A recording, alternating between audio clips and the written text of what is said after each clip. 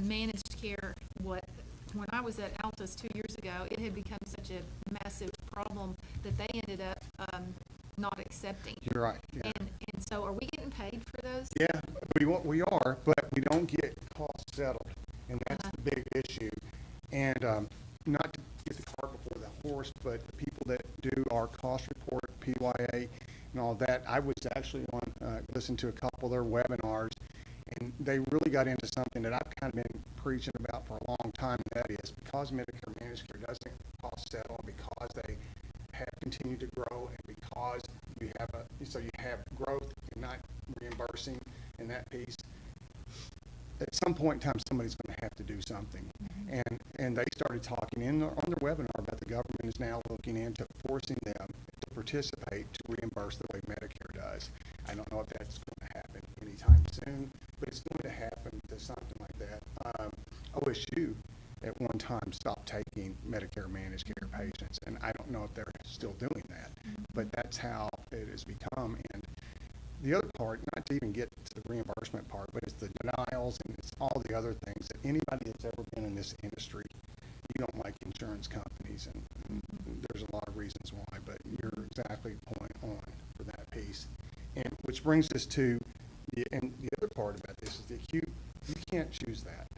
Okay, when people come through the ER, you're taking care of them, period. On the swing bed, that's an elective. So you have a lot more control over whether you take that patient or you don't. And that's the same thing. So the hospitals there that aren't taking the Medicare, those are elective procedures that they're not taking. But if you go to the ER, you are. So on the swing bed, the good news is 95% for the month of May, and just less than 4%. Year to date, we're at 91% on Medicare. Last year, we were at 90-10 for our swing bed. So that stayed relatively consistent throughout. The operating margin for May was a loss of about $116,000. Year to date, it's been on average about $128,000. A couple of years ago, it was in excess of $200,000 every month. It was over a couple of $1 million.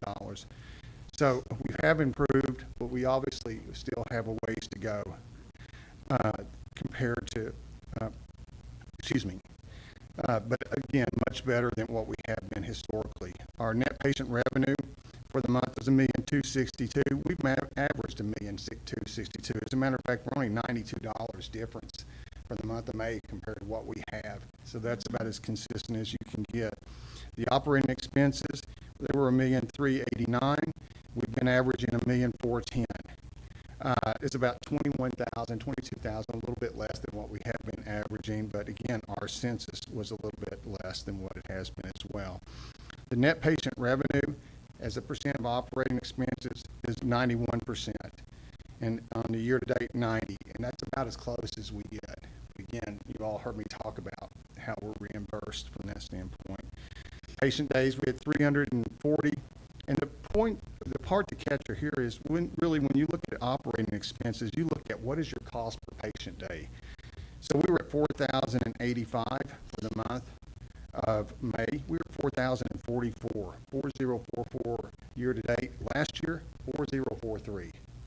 I mean, just $1. So we have been managing our expenses almost about as even as you can possibly be. Cash receipts, we had $1,273,000.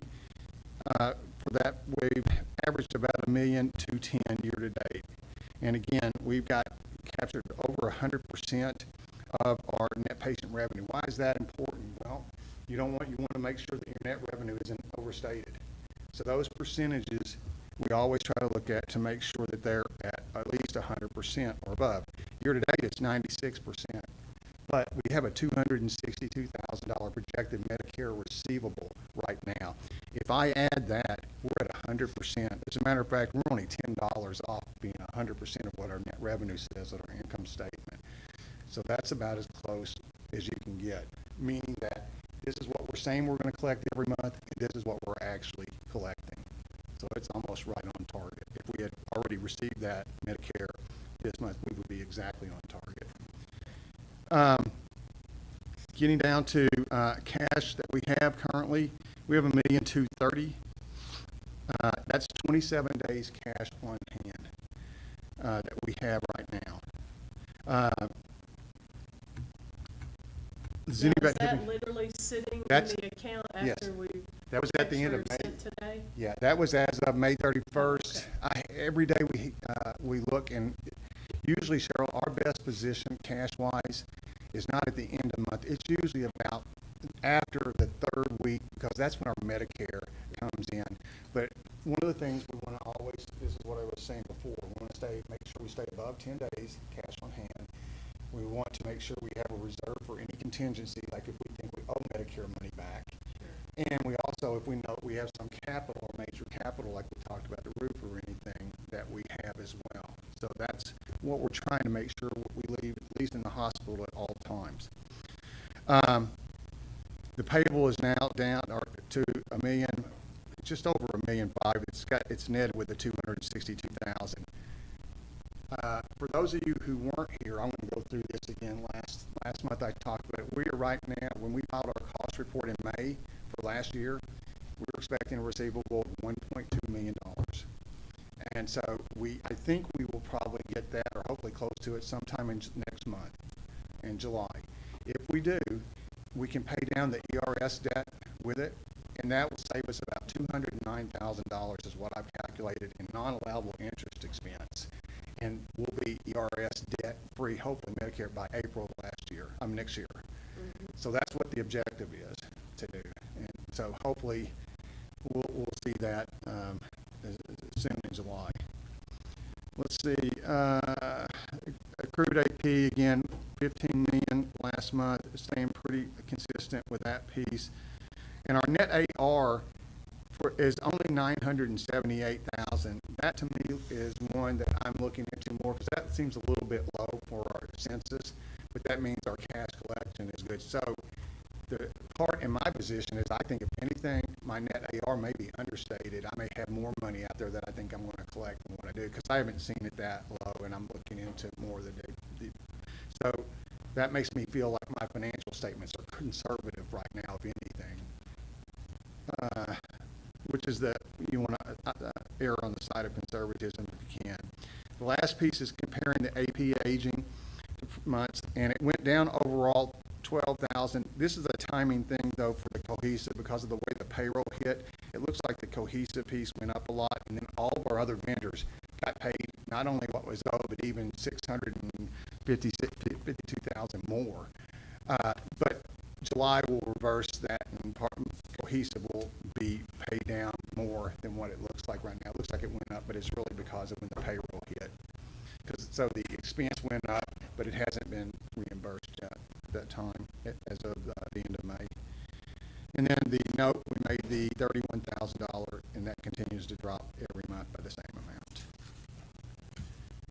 Anyway, that is the May recap. But overall, again, very consistent, very stable operating results for the hospital, and for the entire year thus far, which is a good thing.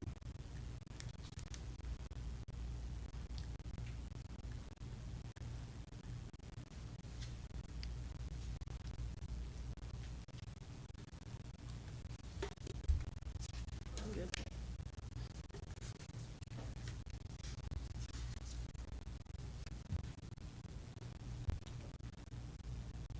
When it comes to swing bed, Yes, ma'am.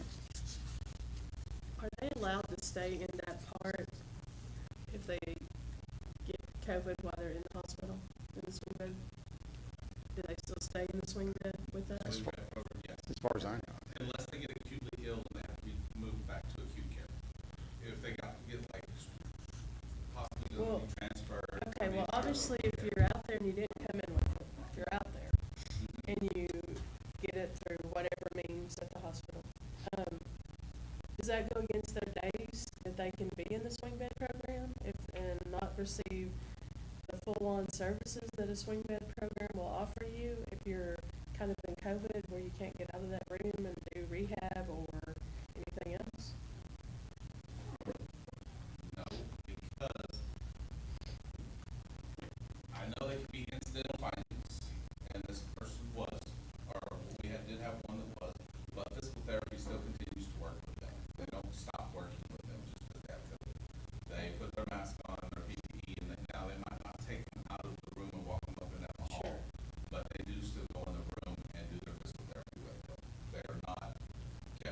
any type of service. No. Yeah. I mean, we've even, and every hospital has, I mean, they've even went away from the isolation trays, we used to call isolation trays, they use styrofoam. They have come to find out that, you know, our, detergents and the heat kills them all anyway, we just don't put it with the other trays on their carpet. Okay. On page 5 of the financial statements, the clinic RHC income statement highlights, Yeah. actual projected. I'm gonna go through that next. Oh, is that next? I can go through it right now. Oh, yeah, just our projected operating loss year to date for the clinic. Yeah, all we do, Carson, for the most part, is we take what they've incurred, and every clinic loses money. Okay, they all do, material amounts usually. And, our clinic had lost $236,000 for the year. It's projected, if you take 5 months and basically annualize it, you lose $566,000. So of our total loss for the year, more than half of it is projected at the clinic, or right at the clinic level, as that part. Now, your 340B helps to offset that. Okay, that was To my some very degree. next question. Yeah. Okay. And that helps, but it hasn't been recently as strong as it was in the last, and I'm going back, I don't have them right in front of me, but in December and January, 340B revenue was really, generating a lot, but the provider was generating a lot of that. And that's is usually the source. It hasn't been as much recently, but he just started, so. Okay, so, I understand you probably won't know the number offhand. What is our break-even visits per day to make the clinic break even? Me and Andrea figured that out a long time ago. Yeah, one, you're not gonna break even on visits, okay? Mathematically speaking, you're gonna have, on the 340B, what the answer to your question is gonna be, we're gonna have to generate enough 340B revenue to offset the about 500 projected loss, okay? Wow. And right now, it's a long way from getting to that point, but I can get you that number, because the answer is gonna be exactly, if you take our visits and you use the relationship of the 340B revenue to those visits, Yeah. then that'll tell you about how many visits you have to get to generate enough 340B revenue to cover your loss, and that's the number I can get for you. I just don't have it off the top of my head. I can probably The calculate question it I in hate minutes. to ask, but I think it needs to be asked, is at what point does Cohesive step up and say, hey, the clinic is dragging down the quality of care at the hospital because we're putting too much resources towards it? At what point do we need to look at, like, there's loss and then there's real loss? You know, I don't know, if you didn't have a clinic, how that would impact the other volumes in your hospital. Well, and that's the question, is will it drag down if we have this many referrals, then that's generating this, or? I would, I would think so, but I don't know. Usually a lot of the bigger hospitals, we track referrals by physician all the way in. I don't know that I have that. We have, but with him just starting half a month, we have not tracked him yet. No. Yeah. But we have, like with Amy, we knew how many she was sitting, how many were getting x-rays, lab. We knew a number, but he's literally just started, and his numbers been so low to learn the program and to be a provider in the clinic and learning a new system. We haven't really pushed on him really hard yet. We are advertising for him. He's running at an average of 10 a day right now. We're hoping to get anywhere from 15 to 20 is what we would like to be every day. How are we advertising? We're advertising, we got him in the We paper just right did now. that recently. We just We approved got that. him on Facebook. Can we do Facebook ads? Because one Facebook ad could run for a month for $50. And you could actually specifically target any person who's been in Jackson County Clinic or any person who is going to Elk City clinics. Yeah, absolutely. So, and we can run this.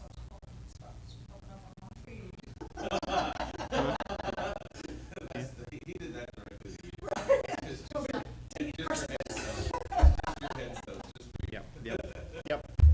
but Facebook, yeah, we can do stuff like that. I mean, I mean, to be honest with you, it may generate more than a newspaper ad or a radio ad would, social because, media is so much bigger right now. well, and we can strategically target those people? I would say, The since, paper reading is definitely lower. You might also consider the enterpriser, which is now just come back. Yes. A lot of people get that. They have But reached paper out. Everybody reading is does, down. yes. Yeah, they have really recently reached out to us about that. Yeah. I think that would I be, think they're like in their second or well, and we may even want to go to them and ask about, hey, what if he were to, so you have things to put in your newspaper, what if he supplied you an article every month about this topic? As a, We would have to see what he's comfortable in, seeing what he would want. and just stick his name on there. yeah, it And would- as a free publication, hey, updates, health updates by, as something to run into the enterpriser for free, because they're probably looking for for stories. We have reached out to them for ad stories. They did reach out to us to post an ad in their, in the enterprise, and I think it was right around $130 a month. That's what they were looking at. I know the biggest contribution by far, okay, can be 340B. When we started this, it took a while, because it's easy to take other areas, where I know that they've done well, and then you're starting from ground zero here. But I can tell you right now, we've got one facility that already is going to generate over 1.1 million, it's right now averaging 1.1 million in 340B revenue. Started after this one, I think, or right at it, but their clinic volumes are a lot more. They're in the 30s every day. Yeah. And so my whole point in saying that is that's the main driver of that piece, which has the biggest opportunity to offset that, because you're looking for things that don't negatively impact your cost report, and that one doesn't impact it at all. Chronic care management is another one. I would think our average daily census, like you heard me say, it's been around 11, regardless of what issues we've had with the clinic.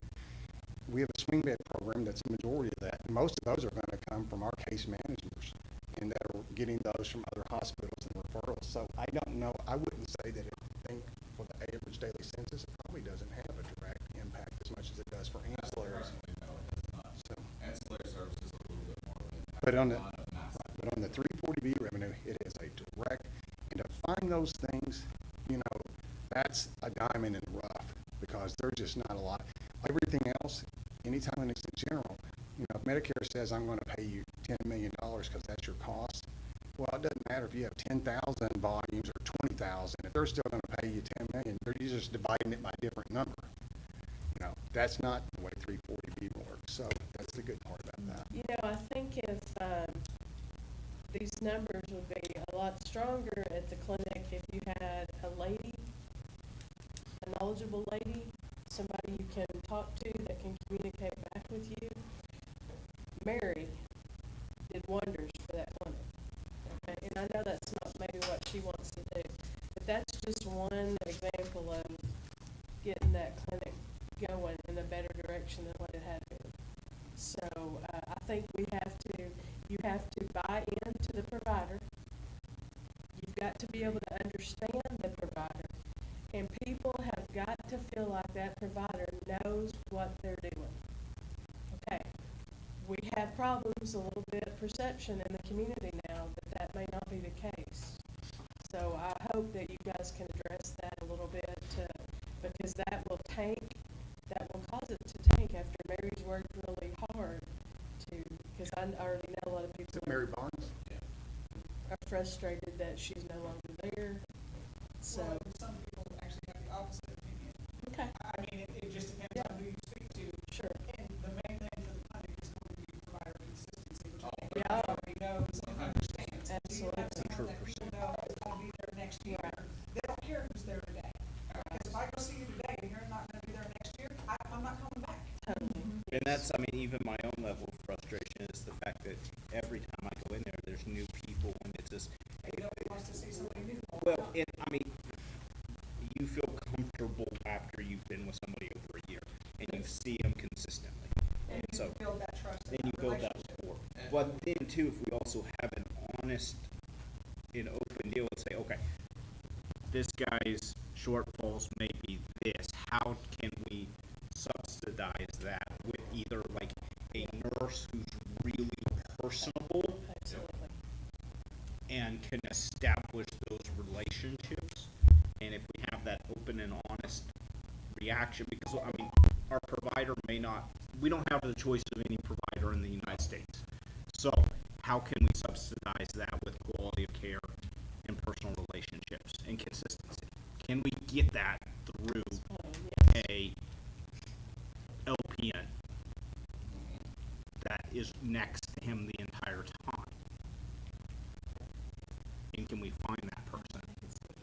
Well, we got, hopefully Nelson, the nurse practitioner that's in there right now, is gonna stay with us for quite a long time. And then like we talked about, with, my update, we have Dr. Sanda coming, after, in August, Oh, really? 2 days every other week. Oh, tell us about that then. I didn't catch that. Dr. Sanda is a, he graduated residency as an internal medicine doctor. He's coming to work for Cohesive starting in August, and he's gonna be at our clinic 2 days every other week. Haven't nailed Wow. down the specific 2 days, but it's gonna be 2 days in conjunction with one another.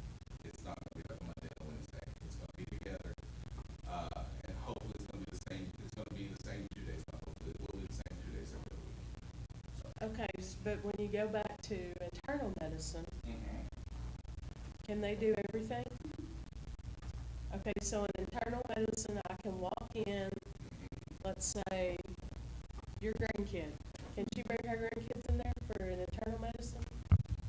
You can, they won't necessarily specialize in Well, pediatrics, if but the- it if doesn't the- guarantee you won't if- get a referral, just like if you go. If and he's see a credentialed to see doctor children, yes. And you have a heart problem, they may go ahead and refer you to a cardiologist for further testing, but they can take care of your immediate needs and might still give you a referral. Just But like you're saying primary he'll doesn't. be in addition to Yes. the PA. Yeah, he'll be in addition to Nelson, the nurse practitioner that's in there right now. Is he gonna be doing, the hospital work at the same time when he's here? He will do it cover from, and Cindy and them are on the call, they might correct me. I don't know if he's gonna be covering for Dr. Sheftelli when he's out, I'm guessing, but he's not gonna be working much in the hospital for us, mostly in the clinic for us. That should be helpful. Now, is that the Because one it's where been I a while saw since there's been a position. was gonna work at Carnegie too? Yes, Okay. Yes, ma'am. I That's did the one see- that's I gonna did work at see Carnegie that, also. So I just didn't Yep, that is him. clue in on the name or anything. Okay. So would there be a way for us to do something preemptive with him riding? Say, put something out on social media, hey, we're gonna have a meet and greet or a Sunday, I mean, we probably can't do hot fudge Sundays for the doctor. Not in August. Not in August, it won't last long. Exactly. But I'm saying like something to have some type of welcome event for him to get his publicity out here. Hey, we have a new doctor in town. Absolutely, we're gonna plan something for that. We are just gonna nail down his days. He's starting in Mangum. Supposed to start with Cohesive, I'm pretty sure August 5th is the date he's supposed to start with Cohesive. Now, the actual date starting Mangum, we don't know yet. Yeah. But even if that's in September and stuff like that. It'll still be in August from But I'm what I saying like understand. let's roll out the red carpet and let the community know. That way we can start driving traffic to the And clinic. he is a very nice gentleman, again, graduated residency this year. He's very young, very energetic, very personable, can literally talk to anybody at any point in time. So the communication is top notch. Oh, You're amazing. not- Okay, Yeah. good. Do you know if, you are getting paid the full rate, cost-based rate for annual wellness visits? Then you guys- When we do them. Well, to me, the smartest thing to do in a town full of old people would be Is doing to start scheduling them on those 2 days that he's coming, to get people to know him and just say, if Absolutely. you've ever been at this clinic and you're on Medicare, we're gonna call you and try to set you up and come in and do an annual wellness visit on you. I know that We is haven't one had thing one we've somewhere else. identified with ECW. That's a drawback. There's not a good chronic care management or annual wellness visit module built in there. So we're trying to figure out a process. Our LPN, like he was saying, is trying to figure out a process. Okay, ask those questions and get a reminder into the chart. Yeah, I had my colonoscopy 4 years ago. Okay, so you're due next year. Or, your annual woman's visit, you're due this time, so. But that would be a way to get them in, Mhm. do that Absolutely. visit, and then hopefully they're gonna come They keep back coming for back. all of their other stuff. And it could be that they've already had one somewhere else and you can find that out, but. It is an opportunity, Yeah, absolutely. it's a very, Yeah, our nurse practitioner and LPN mainly, Leanne, that's there at the clinic, is really trying to figure out a way to Get that done. Okay, keep good. that Good. scheduled. Okay. Well, okay, that does bring back a point about the women's health. Mm-hmm. Can you have those services? Is there somebody that can perform that? Women's health down there? So there's the women's visits that are done through the state, that the state reimburses the facility for. And then there's the regular pap smears that any clinic can do. If they're comfortable with it, Nelson can do them, yes. But the actual ones Is he that comfortable with it? I mean, he that's applied kind for of the credentials one for it, yes, ma'am. that- He has the credentials. for it. He has family nurse practitioner credentials, yes. Hmm. 'Cause some people can't go anywhere else, Yeah, you're right. you know? Mhm. People can't go to the specialized care. Well, when are y'all gonna bring him up here for us to meet him? Nelson? Yeah. Well, we could have brought him today, actually. I didn't think about that. That's my fault. I did not think about that. We will bring him next board meeting. I got one more question. Yes, ma'am. A few months back, we talked about the Strong Minds program, Mm-hmm. okay? And then we also, I know it was a big thing with Ronnie and all that we talked about, that maybe we could also utilize those kind of services for youth. Mm-hmm. Because you talked about how you have to drive so far to Correct. get any of that. Yes, ma'am. Oklahoma City, wasn't it? I mean, it was. Yeah, it's mostly your. Oh, yeah, most of Okay, Oklahoma City right now. so have we made any kind of movement in that direction? We are making movement with the Strong Minds program. So to do that, we need the licensed counselor. And I don't know, like Ronnie told you, good luck. We are looking, the counselor that comes with Dr. Ye to do the Strong Minds program, he's for adult. So even with that being said, he follows her, so he can't do the clinic like we were talking about, Right. 2 days a week to do those mental health visits. So you're gonna establish that and then work toward the youth? Yep, that's the Okay. plan. That is the goal of mine, is to get it in the clinic also. Because again, right now, they can do televisits and we still get reimbursed by Medicare, even if, like you're saying, even if that elderly patient can't get to Strong Minds, even though we're looking at a van to go pick them up, but they just don't feel that you can get a visit in the clinic through telehealth. And Medicare still is reimbursing for that. Okay. So that, again, that is an end goal that we want.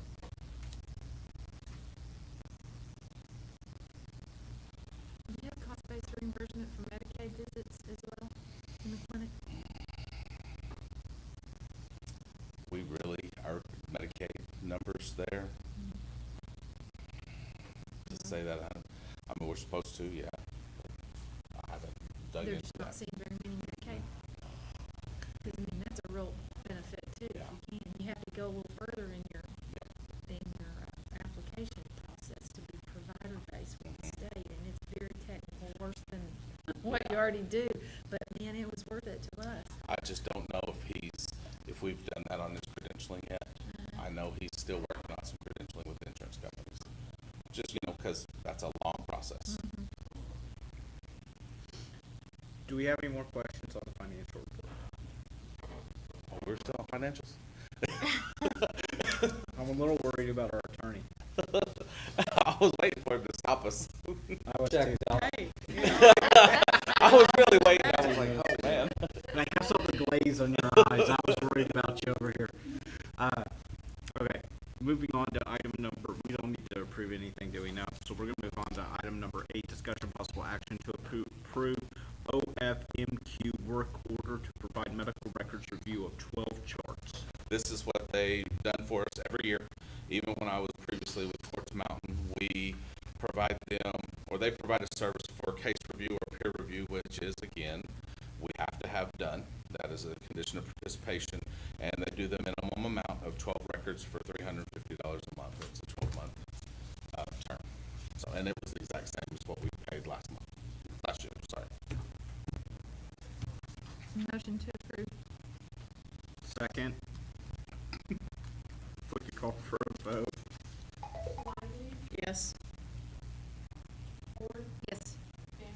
Yes. Yes. Okay, moving on to item number 9, discussion possible action to approve health application to obtain a health industry number. So we're gonna file for this on the credit card, but we just wanted to bring it to y'all since it is a license that we apply for. It's really just a number, but it also helps us with our 340B prescription discount program. We gotta be a part of this to add a secondary pharmacy for the hospital and to add Puckett's and have Puckett's and Granite as, 340B participants, because we can have two now, so. Does this go in under, Mangum Regional Yeah, yes, ma'am. and not just Cohesive? Yes, ma'am. So It's it's Mangum staying Regional. with the hospital? It's Mangum Regional, yes, ma'am.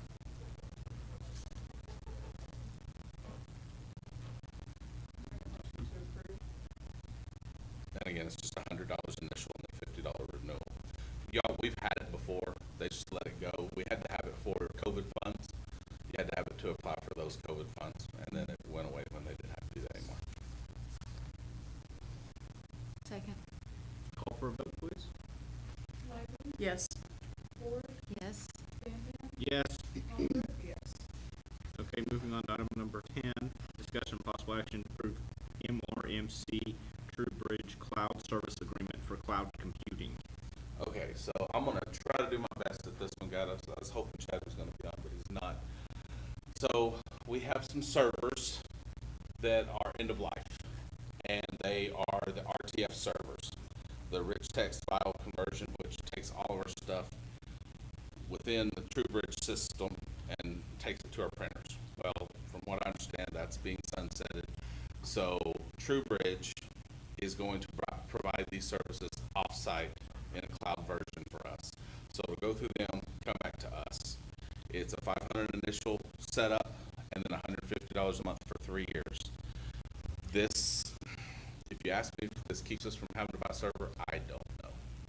I really don't know the ins and outs of it that much. I'm not an IT guy, but this helps us from us not having to support it also.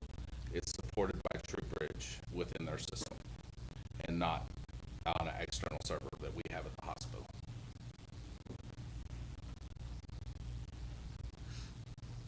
Is the TrueBridge program up and going at this point? Yeah, that's CPSI. Sorry, that's just CPSI. It's the same. They just TrueBridge bought CPSI, so it's the same company.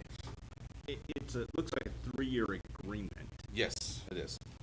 but what if we were to go back to the, Providing our own server. yeah, can we get out of it, or are we gonna get stuck with not only paying for a new server, but for? I don't think you want to go back to a new server and having to supply the maintenance on it. I don't know. Again, that would be a chat question. I don't know the answer to that.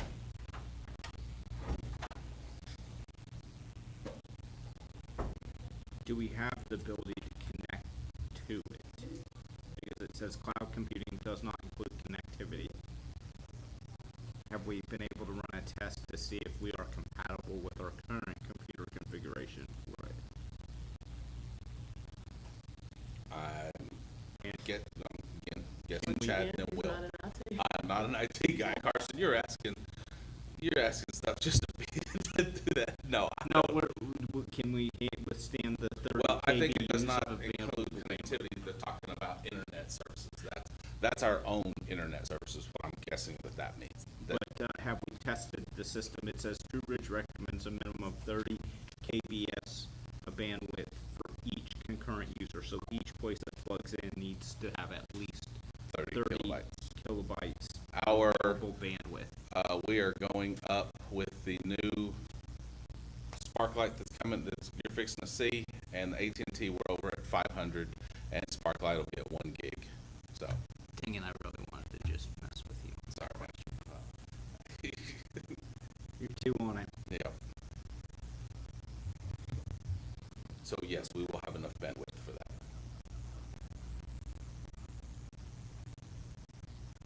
I think your only alternative is, and again, this is me not being IT, is to buy a server. I'm guessing. I mean, I might not be right. I mean, really and truly, the initial 80 gigabytes of storage space really and truly does sound very, very small. Mm-hmm. I mean, really and But I truly. think it's just like the transfer, the computing of it, so it can hold So, it. okay, so we're not talking about holding. We're not storing data. It's like more of a sending stuff through and back. Okay, That's all it is. Yeah. so we just can't send, you know, the Lonesome Dove movie through it. God, is that-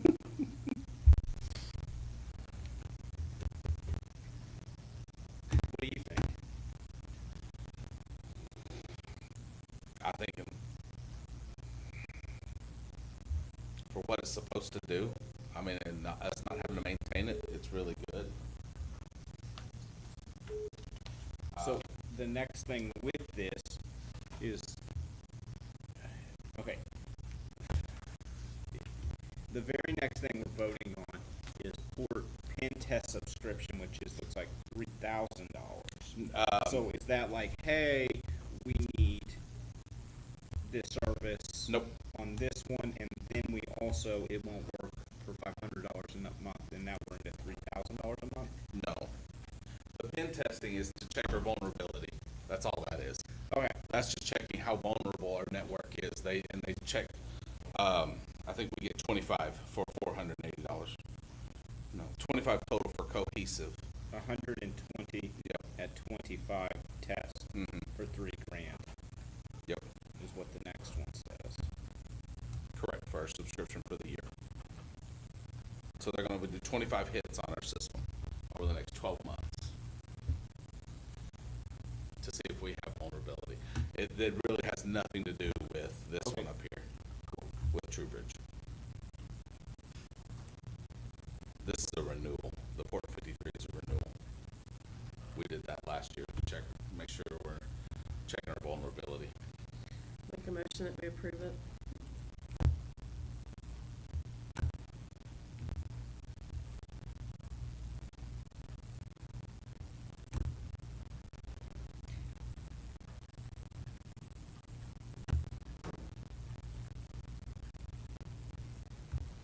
Does anybody second that motion? Well, I was looking at what you, one of them says 3,000 and the other one does still say that it's 480. Yes. So, What is that? the 3,000. The 400, yeah, the 480, It's two different things? Yeah, two different. Oh, okay. Sorry. no.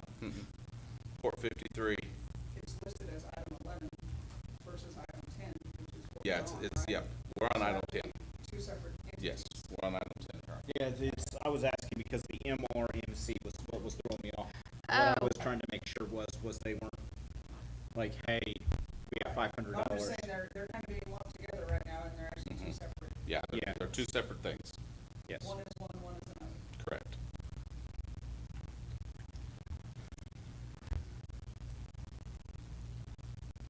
So we're still voting on the TrueBridge thing? Yes. Yes. Okay. Second or motion needed? Second. Second. Yep.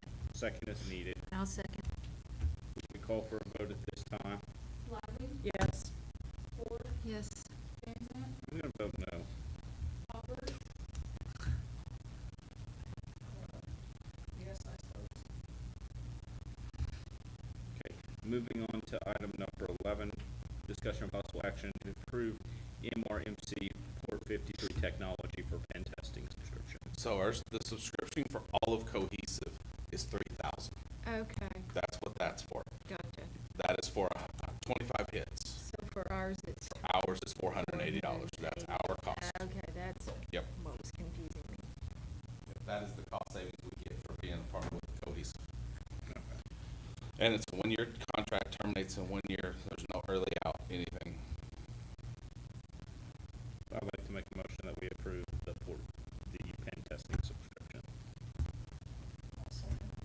We could call for a vote at this time. Lively, Yes. Ford, Yes.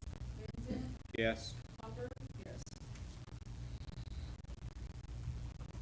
Okay, moving on to item number 12, discussion possible action to approve Sparklight Business Service Agreement for internet and modem services. Correct. So, go back to that. So Sparklight actually reached out to us and gave us a pretty dead-gum deal. Currently, we're paying $510 a month. And when we sign this new 36-month agreement, it's $125 a month is what we're gonna go to from 510. And they're upping our speed, and this locks it in for 36 months. So we kind of were like, well, we gotta go with that. And that they are our backup internet at the hospital. They're our main internet at the clinic, but our backup internet at the hospital. So, and that's for business internet, static IP address, and 1 gig up, 1 gig down. So, again, we had to jump on that cost savings because it's quite a bit. Make a motion to approve the Sparklight Business Service Agreement. I'll second it. We could call for a vote at this time. Yes. Yes. Yes. Motion carries. Moving on to item, number 13, discussion of possible action to approve Southwest Medical quotation for defibrillator equipment. Okay, so some of our defibrillators are very old, and being sunsetted, meaning they're not supported anymore. Can't even find batteries. Batteries are getting discontinued, so we have to purchase new stuff. These are brand new, right around $25,000. So of course, we didn't bring that. Our initial quote was for Zoll R series, like we're seeing on this quote, but it was for $6,800 a piece instead of $5,800, and they're newer. These are newer. These are 2019, and the ones that were initially quoted were 2014. So we're getting quite a bit better deal. Same everything, just quite a bit better of a deal because we do use Southwest Medical a lot for a lot of our stuff. And these have everything: the biphasic pacing, 3-lead ECG, real-time feedback for CPR. And when we were getting the quote for the new R series through Zoll, one of the nice things that we like about the R series and the Zoll is, again, they are selling. I understand that. They said they'll never sunset them. They'll just update the software in the system. So at some point we could purchase that if we need to. But another thing that we like about this agreement is we get a 2-year parts and labor agreement with these systems. So if they break, and knowing Southwest Medical, if they break, they send us another one while we send ours back. So we're never down. We're never down. It would not hurt for us to have 2. Could we get away with 1? Yes, but we don't want to, because then you would have a LifePak 20E in the ER and a Zoll R series on the floor. Zolls are better than LifePaks. They just are. Personal opinion, I guess.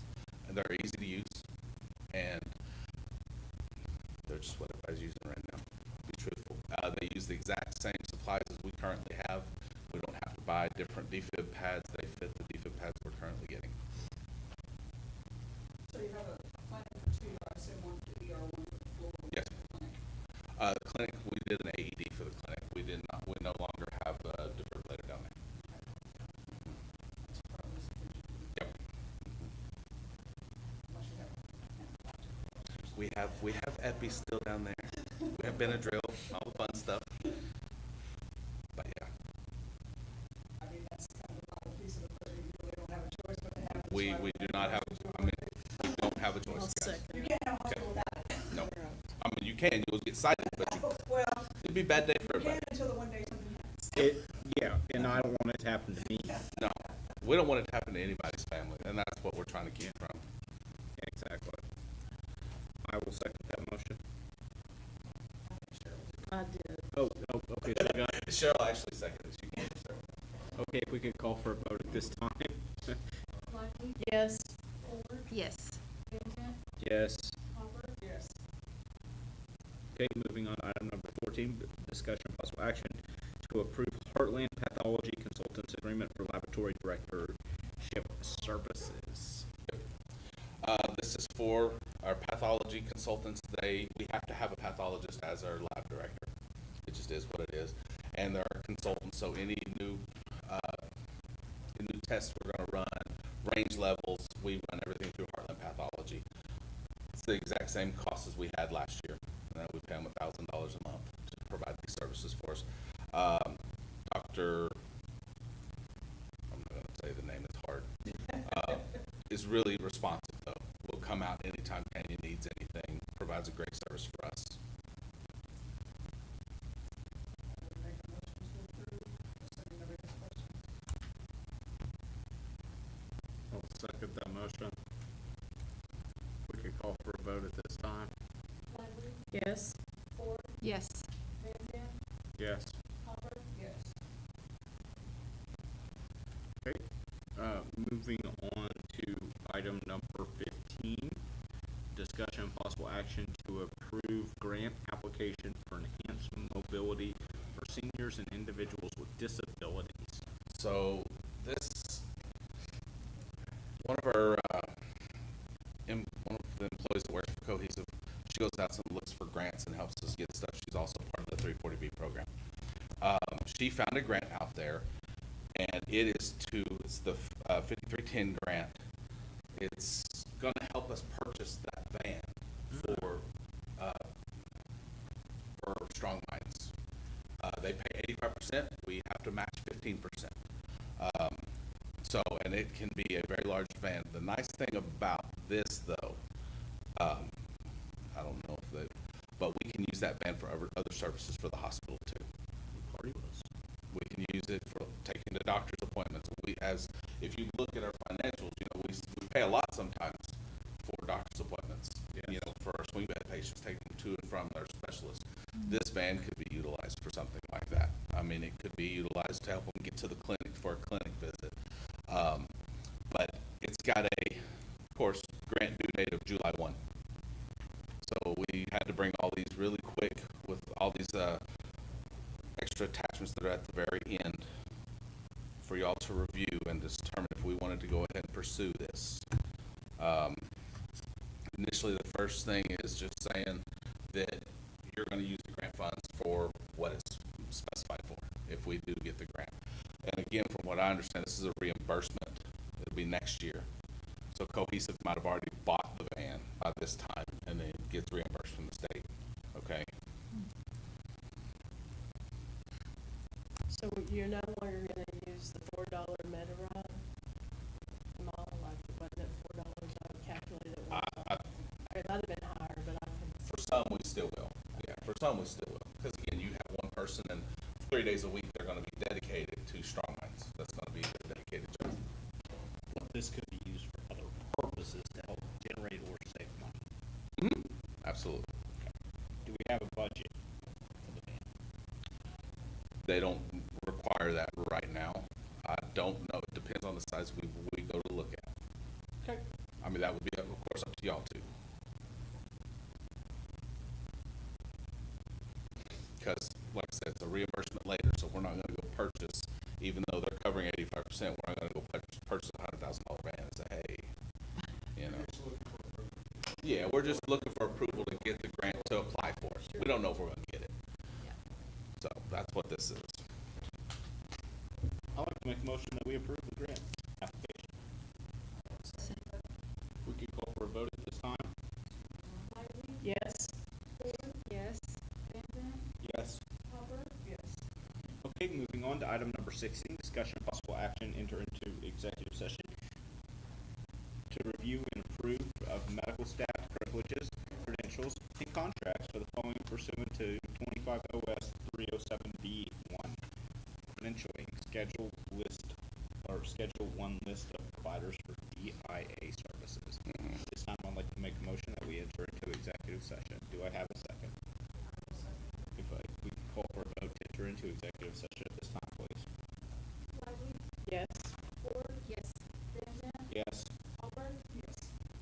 Okay, we are now in executive session. Please act accordingly.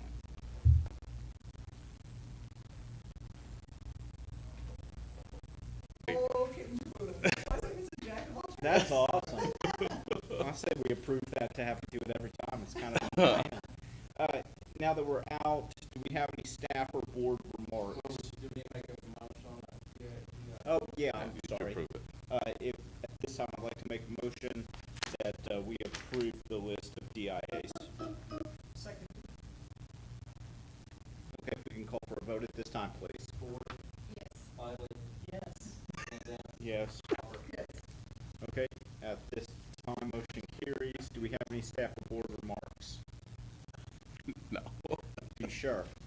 Forever hold your peace.